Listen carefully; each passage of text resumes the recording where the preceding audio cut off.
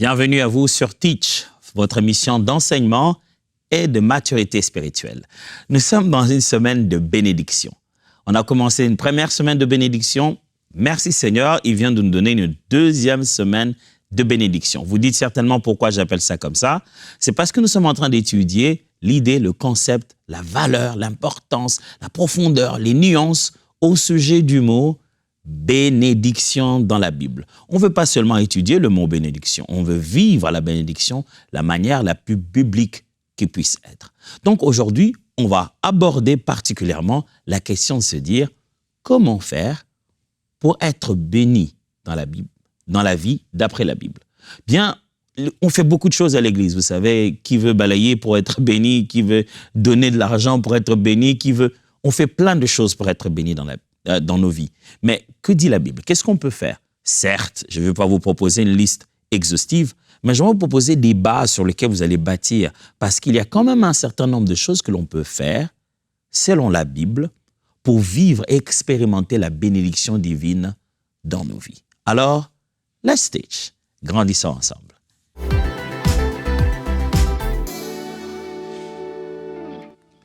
Lorsqu'on veut se rapprocher de la bénédiction ou manifester la bénédiction, parce que quelquefois, on est déjà béni, c'est en fait un droit qui est déjà garanti, qui nous est déjà réservé. Mais quant à vivre, consommer, expérimenter la bénédiction que Dieu nous donne dans nos vies, il y a quelques éléments dans la Bible qui peuvent nous guider pour se dire, si j'appuie là, j'aurai là comme résultat. Dieu l'a fait comme ça. Vivre notre bénédiction, ce n'est en rien manipuler la personne de Dieu. On n'essaie pas de manipuler Dieu ici. On essaie plutôt d'entrer dans les droits, dans les avantages, dans les prérogatives, les privilèges que Dieu a prévus en notre faveur. Alors, que peut-on faire dès le début? La première des choses que je vous suggère à faire, à la question « Comment faire pour vivre la bénédiction ?» Première des choses, c'est obéir à la parole de Dieu. Oh oui. Je crois que vous le saviez. Mais jusqu'à quel point sommes-nous conscients que l'obéissance à la parole de Dieu est source de bénédiction? On se dit, bon, il faut obéir à Dieu, il faut juste, voilà, tu seras béni. On a l'impression que obéir seulement à Dieu et vous serez en bon état. Vous aurez quand même une bonne relation, il ne sera pas fâché contre toi. On ne s'imagine pas que l'obéissance à la parole de Dieu donnerait les mêmes résultats, je me permets de le voir comme ça, donnerait le même résultat qu'une sémence qu'on est allé déposer un jour pendant un appel de fonds à l'église. On s'est dit, voilà, ce jour-là, l'homme de Dieu avait appelé, il a dit que chacun amène sa sémence. S'il dépose, vraiment, Dieu nous bénirait énormément. On s'est dit, ce jour-là, Dieu nous bénirait vraiment. Mais le fait d'obéir au quotidien des Saintes Écritures, on considère que là, on ne tient pas vraiment des bénédictions dans le vrai sens du mot. On ne tient seulement une bonne relation avec Dieu. Dieu n'est pas juste fâché contre nous. Si vous avez suivi ce que nous avons appris depuis déjà la semaine passée sur la bénédiction, vous comprendrez un des mots qu'on a employé, le mot achat, le fait que le bonheur dans la bonne relation avec Dieu est déjà en soi-même une véritable bénédiction. Obéir à la parole de Dieu, c'est comme ça qu'on commence à voir la bénédiction. Alors lisons un texte, Deutéronome, chapitre 11, versets 26 à 28. Deutéronome 11, 26 à 28. Je lis. « Vois, je mets aujourd'hui devant vous la bénédiction et la malédiction. La bénédiction, si vous obéissez au commandement de l'Éternel, votre Dieu, que je vous prescris en ce jour. La malédiction, si vous n'obéissez pas au commandement de l'Éternel, votre Dieu, et si vous vous détournez de la voie que je vous prescris en ce jour pour aller après d'autres dieux que vous ne connaissez pas. » Bénédiction, il y en a. Si vous obéissez. C'est Moïse qui parle au peuple d'Israël. Il dit, devant vous, il y a deux possibilités. Il y a bénédiction, si vous obéissez à la parole de Dieu, et malédiction, si vous n'obéissez pas à la parole de Dieu. Malheureusement, il semble, il apparaît de nos jours, surtout dans l'Église, ça donne l'impression qu'il y a bénédiction devant nous quand nous donnons, et malédiction devant nous venant des liens de nos ancêtres et de combats spirituels. Pourtant, bénédiction, malédiction, ce n'est pas vraiment le but pour moi aujourd'hui, mais j'aimerais quand même souligner cela. Pourtant, ici, dans ces textes, on voit bénédiction et malédiction venant de la même source. Mais Dieu, ne l'accordant pas aux hommes comme cela, il les met dans un choix. Et lorsque ces choix est fait, lorsqu'un bon choix est fait, chaque choix est en même temps une illumination. Chaque fois que tu as deux choses comme ça, si je me mets à choisir ça, c'est-à-dire je ne choisis pas le reste. Je me mets à choisir ce iPad sur moi et je ne choisis plus la Bible ni la tasse que j'ai avec moi. Et donc, Dieu montre que, voilà, j'en ai mis là deux. Si tu choisis le iPad comme maintenant là, ça signifie qu'automatiquement, tu suivras ce qui est dans cette conséquence-ci. Ça voudra dire que tu te détournes de l'autre, vice-versa. Alors, Moïse dit ça au peuple d'Israël. Il dit, j'ai mis devant vous la finalité de ce choix. Il y aura deux options. Si vous choisissez d'obéir à l'Éternel, eh bien, vous vivrez la bénédiction. Mais si vous choisissez de désobéir à l'Éternel, vous aurez la malédiction. Ça veut dire, si vous choisissez, au lieu d'obéir à Dieu, vous choisissez plutôt d'obéir à d'autres dieux, eh bien, pour l'Éternel, ça sera la malédiction que vous allez vivre dans vos vies. Obéir à la parole de Dieu, mes frères et sœurs, c'est comme ça qu'on est béni. À la question, comment faire pour être béni? Obéissez. J'aime comment les apôtres le disent, après avoir été fouettés en sortant du... Ils étaient encore au Sanhédrin. On leur parlait, on leur dit, écoutez, vous ne devez plus prêcher cette affaire de Jésus. Ils se sont levés, ils ont dit, voyez vous-même, devons-nous obéir à un homme ou obéir à Dieu? Mes frères et sœurs, quel que soit le prix à payer pour obéir à Dieu, j'aimerais vous le dire en toute sincérité, que ça paye toujours d'obéir à Dieu. Aujourd'hui, ça peut ne pas donner l'impression de l'être. Toute obéissance à Dieu ne va pas toujours tout de suite vers des verdures et des bons pâturages. Ça peut commencer par un désert chaud, difficile. Mais l'obéissance à Dieu paye toujours. L'obéissance à Dieu est toujours source de bénédiction. Obéir à Dieu, c'est être béni. Jésus-Christ, en renforçant l'idée de l'obéissance à Dieu, le dit dans Matthieu chapitre 7. Versets 24 à 25. Matthieu 7, 24 à 25. C'est pourquoi, quiconque entend ces paroles que je dis et les met en pratique sera semblable à un homme prudent qui a bâti sa maison sur le roc. La pluie est tombée, les torrents sont venus, le vent a soufflé et se sont jetés contre cette maison. Elle n'est point tombée parce qu'elle était fondée sur le roc.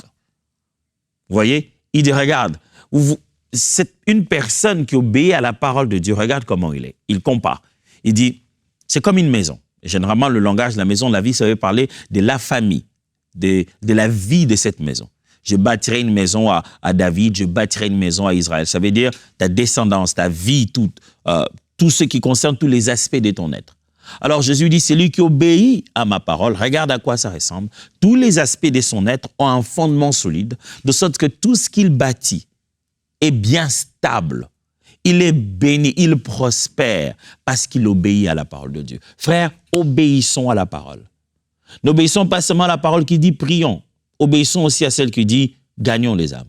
N'obéissons pas seulement à la parole qui dit jeûnons. Obéissons aussi à celle qui dit exprimons la générosité. Mais obéissons à la parole de Dieu.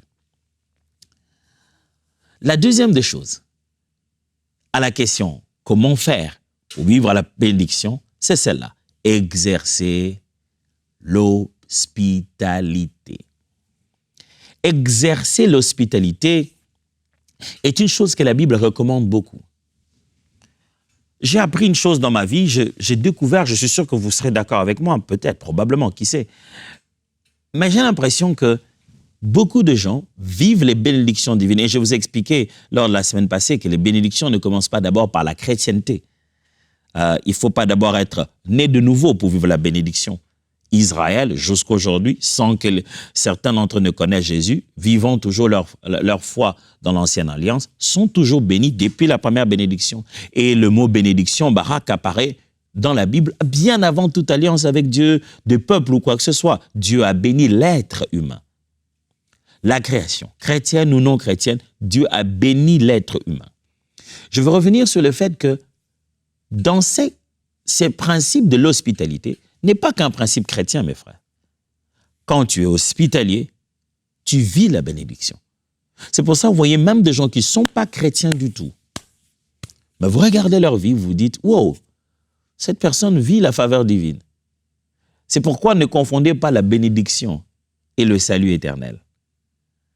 Donc, quelqu'un peut vraiment vivre toutes ces faveurs de Dieu au quotidien, mais n'avoir pas assuré l'éternité de son âme. mais il vit la bénédiction en appliquant ces principes. J'ai vu beaucoup de gens qui ne sont même pas chrétiens, et même des fois, pas non plus païens, mais convertis à une autre forme de croyance, une autre forme de religion. Mais d'une telle hospitalité que vous vous rendez compte que Dieu bénit cette maison parce qu'elle est hospitalière. Lisons Romains, chapitre 12, versets 13 à 15. Romains, chapitre 12, versets 13 à 15. Pourvoyez aux besoins des saints, exercez l'hospitalité, bénissez ceux qui vous persécutent, bénissez et ne maudissez pas. Réjouissez-vous avec ceux qui se réjouissent, pleurez avec ceux qui pleurent. Paul est en train de parler aux Romains, il leur donne quelques instructions de vie en tant que chrétien, en tant qu'Église. Il mélange le concept de bénir avec le concept de être hospitalier. Il insiste, il leur dit que c'est une bonne chose de dire, pourvoyez aux besoins des saints, exercez l'hospitalité. C'est un ordre. Si le premier point, c'est obéir à la parole de Dieu, exercer l'hospitalité, c'est aussi d'une certaine manière obéir à la parole de Dieu. Quelle est la dernière fois dans votre vie où vous avez pris et mis de côté votre argent, vos moyens, ce que vous avez, pour le donner à quelqu'un d'autre qui en a moins que vous ou qui n'en a carrément pas? Des fois, nous, chrétiens, nous passons des heures, on fait autant de jours à prier, 21 jours, matin, midi, soir, on entre, on sort, on entre, on sort. Je me souviens qu'à l'église, à l'église où j'ai prié à Kinshasa, on avait commencé des temps de jeûne et de prière. La première année, la deuxième année, le Seigneur a commencé à parler à mon cœur, il a dit, vous jeûnez, mais qu'est-ce que vous faites pour les autres? Je dis, Seigneur, on est en prière, là. Il dit, justement, je me suis mis à lire la Bible et je me suis rendu compte que lorsque l'Éternel ordonnait des jeûnes à Israël, c'était aussi un moment où il a insisté qu'il devait être en paix avec les gens, il devait être gentil, il devait libérer les esclaves. Ça devait être le moment où eux, ils jeûnent, ça devait profiter, les autres devaient être dans le bonheur. J'en ai parlé aux frères et sœurs avec qui nous servons les Seigneurs, a dit, je voudrais que désormais, lorsqu'on a ce temps de jeûne et qu'on doit, nous, manger que des fruits et des légumes, à chaque endroit où se trouvent nos antennes de prière, les fruits et les légumes deviennent gratuits à offrir à quiconque veut venir en recevoir. J'aimerais vous challenger en tant que chrétien. À quel moment dans votre vie vous donnez? Bénédiction à l'Église est devenue la mentalité de recevoir. Or, en réalité, bénédiction est d'abord dans l'esprit de donner. Quand est-ce que vous donnez? Je n'ai pas d'argent. On ne donne pas toujours l'argent. On donne un acte de service. On peut donner des efforts, on peut donner des biens. On peut juste ouvrir ses portes à quelqu'un, recevoir quelqu'un, donner de l'eau à quelqu'un. Mais quand est-ce que vous êtes source? Quand est-ce que les gens profitent à travers votre générosité? Quand est-ce que vous êtes hospitalier? Ah, mais non, mais chacun vit chez lui, chacun a ses problèmes. C'est justement ça la foi chrétienne. La foi chrétienne consiste à réfléchir comme Jésus, à considérer que le bonheur des autres passe d'une certaine manière par un sacrifice qui vient de moi. Je suis l'instrument qui va sacrifier et l'Éternel renouvellera parce qu'il veut faire de moi l'instrument par lequel les autres sont bénis. Hébreux, chapitre 12, verset 2, nous le dit si bien.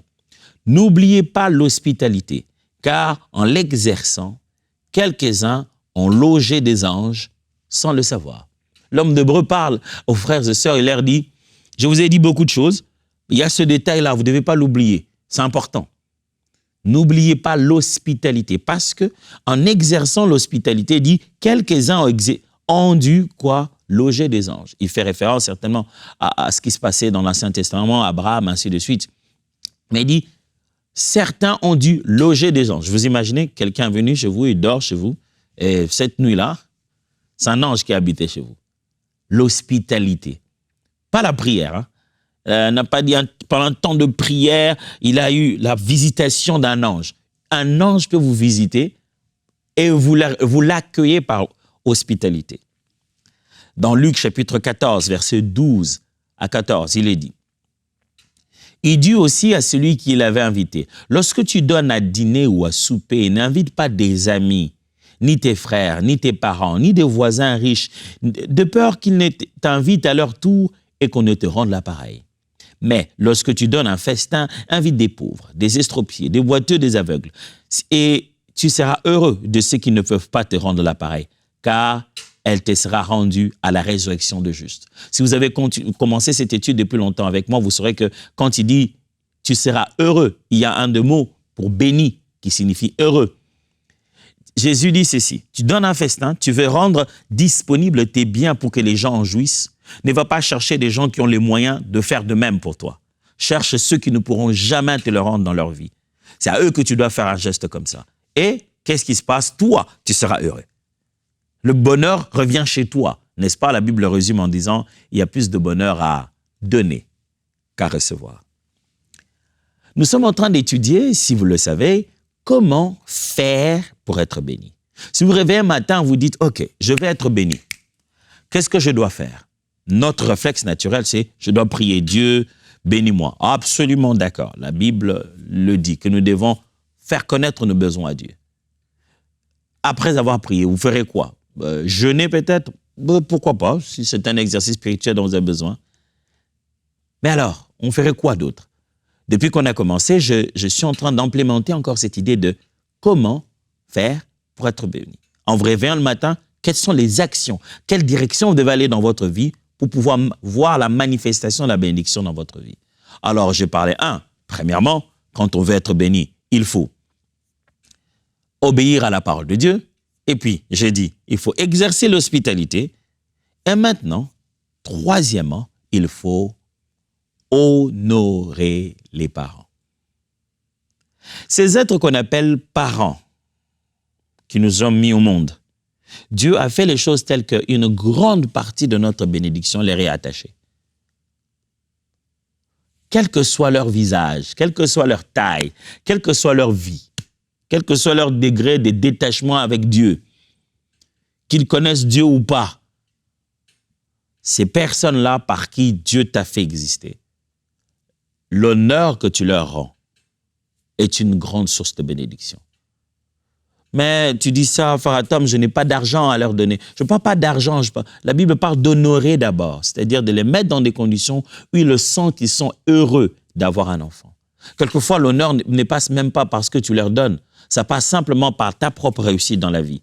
Ils regardent, ils se disent, oh, on a un enfant qui a étudié, qui a fait ses études, un enfant qui a une direction dans la vie, un enfant qui vaut quelque chose. Il n'est pas casse-tête, on n'est pas là en train de se dire, oh, dans quelle boîte de nuit on va le chercher aujourd'hui. On ne se dit pas, où est-ce qu'on va aller le ramasser, il s'est déjà shooté, il est quelque part par terre. Non, on voit que tu vis. Quand ils te voient, ça fait de la fierté dans leur cœur. Cette sensation de fierté que les parents ont, c'est la même sensation de fierté que Dieu a lorsque nous exerçons la crainte de son nom et nous l'adorons. Et Dieu a fait en sorte que lorsque les parents ressentent ça, ça donne la bénédiction dans la vie, autant que ça donne lorsque lui, Dieu, le ressent. Éphésiens chapitre 6, versets 2 à 3. Je vais lire dans la version parole vivante. « Honore ton père et ta mère. Voilà un commandement capital. C'est le premier auquel une promesse soit rattachée. Pour que tu sois heureux et que tu jouisses d'une vie riche en bénédictions. » Je suis très étonné de voir que les gens font beaucoup d'autres choses en quête de bénédiction, pendant que les choses les plus simples, ils ne veulent pas le faire. Pendant que les choses les plus recommandées, ils ne veulent pas s'y mettre. Honore ton père et ta mère. Je ne sais pas où est-ce qu'ils habitent. Je ne sais pas qu'est-ce qu'ils font dans la vie. Aussi longtemps que cela est possible entre tes mains, honore.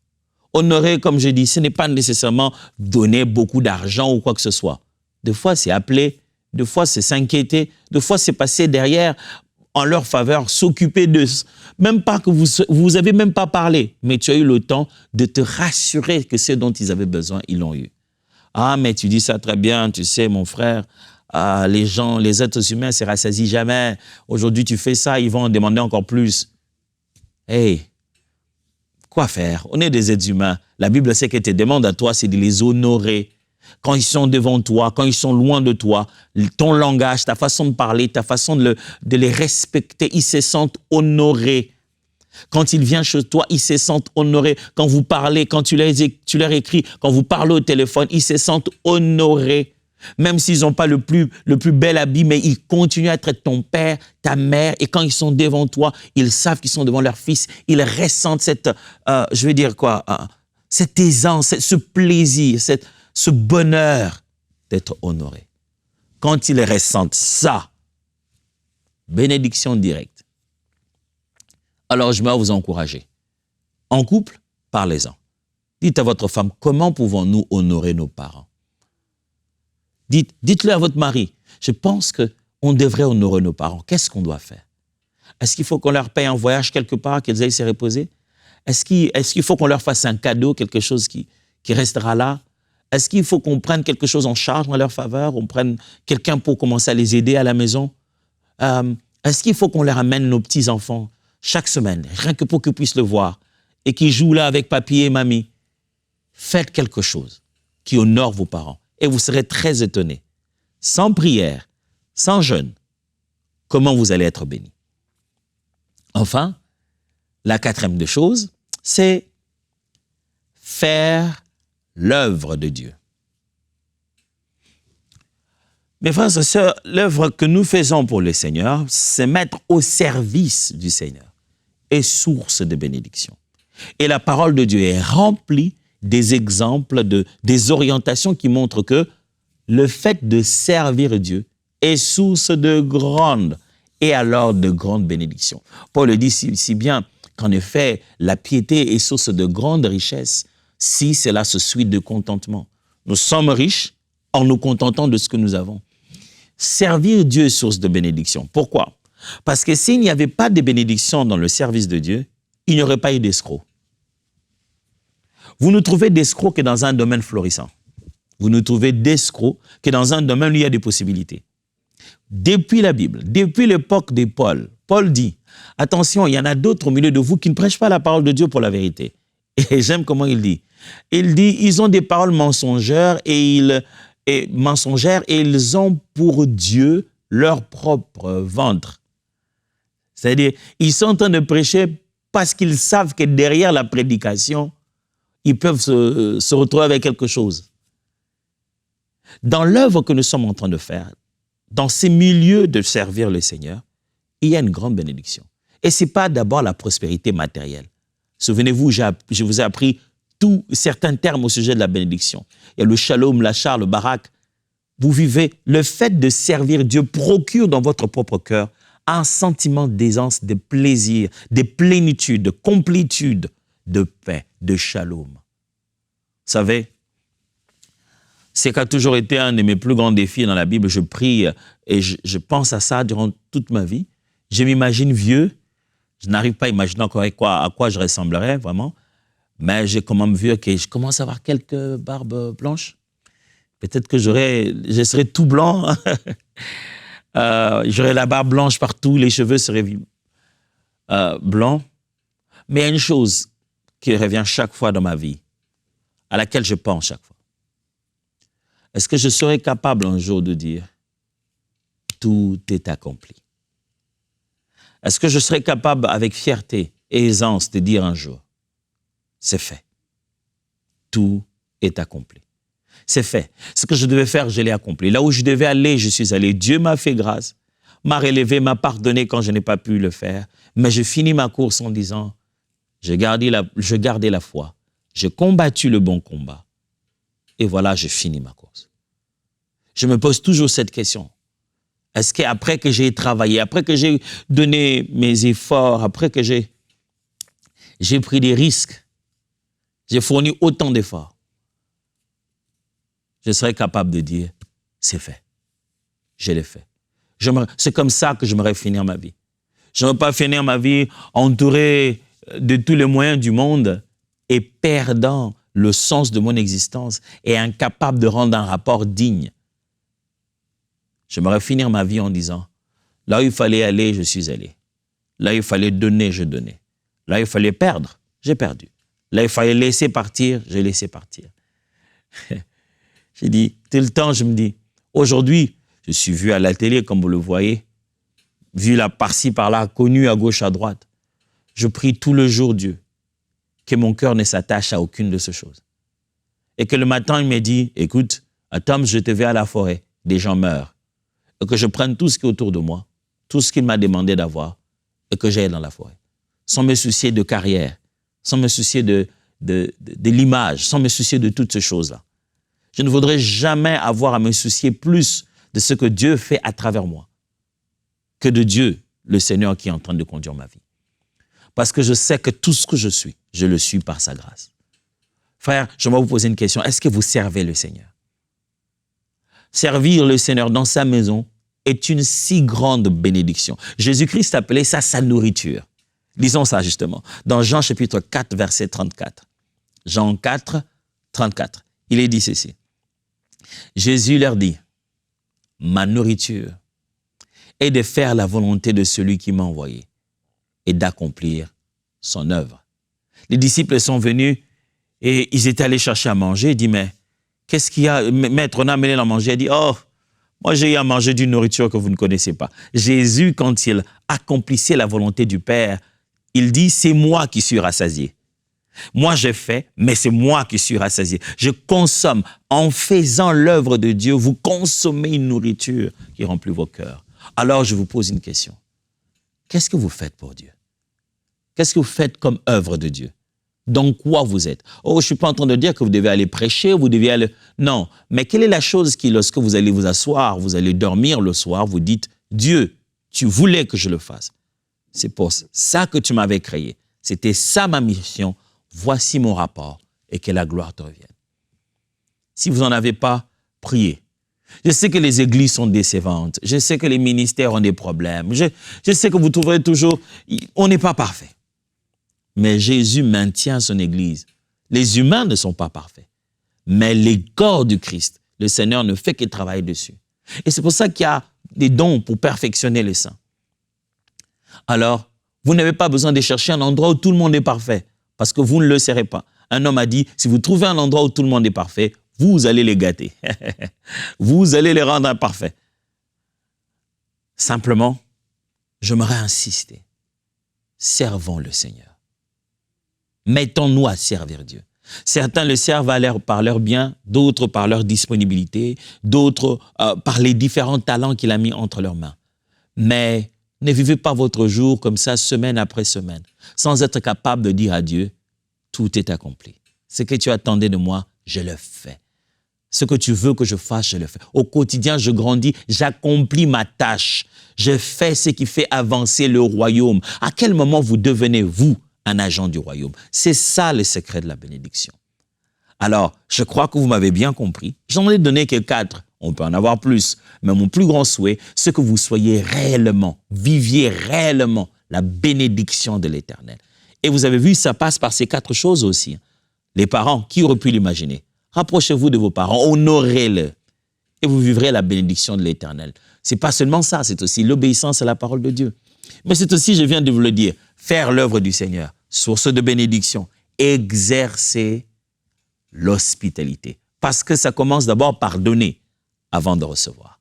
Si cela a été clair, je l'espère, je prie Dieu qu'on reste attaché et que demain, nous puissions continuer la suite de ce même sujet de bénédiction. Allez, que Dieu vous bénisse. À demain.